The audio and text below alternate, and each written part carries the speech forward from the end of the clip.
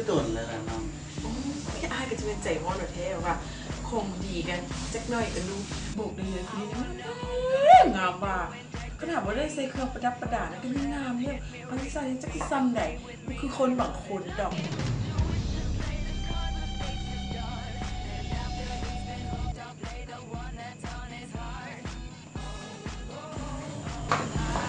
เจ๊มาแล้วเจ๊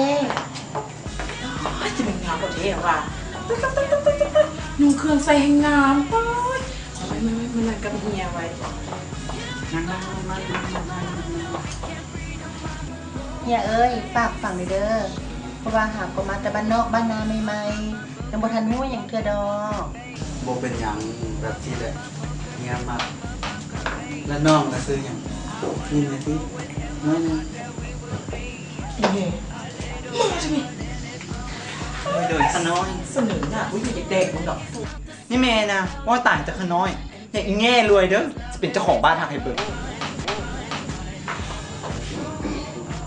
ยิ้มเลยตีเอาใจไปเลย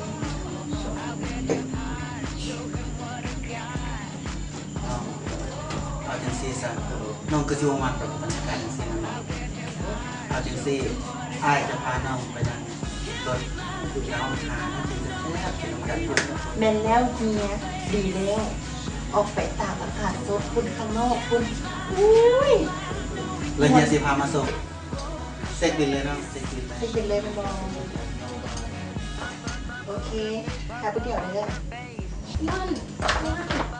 ไม่หนังก็ปล่อยน้ำคนนี้ผมก็เคยก็ติดบ้ามันคนอื่นนะถ้าใครก็อยากไปทางนั้นตอนนี้มีโอกาสตกหิบควายคว้าเอาทำแม่ว่าเราก็ขายตัวเลยเราก็ต้องการเงินแบบนี้ฟังเฮาบ่ได้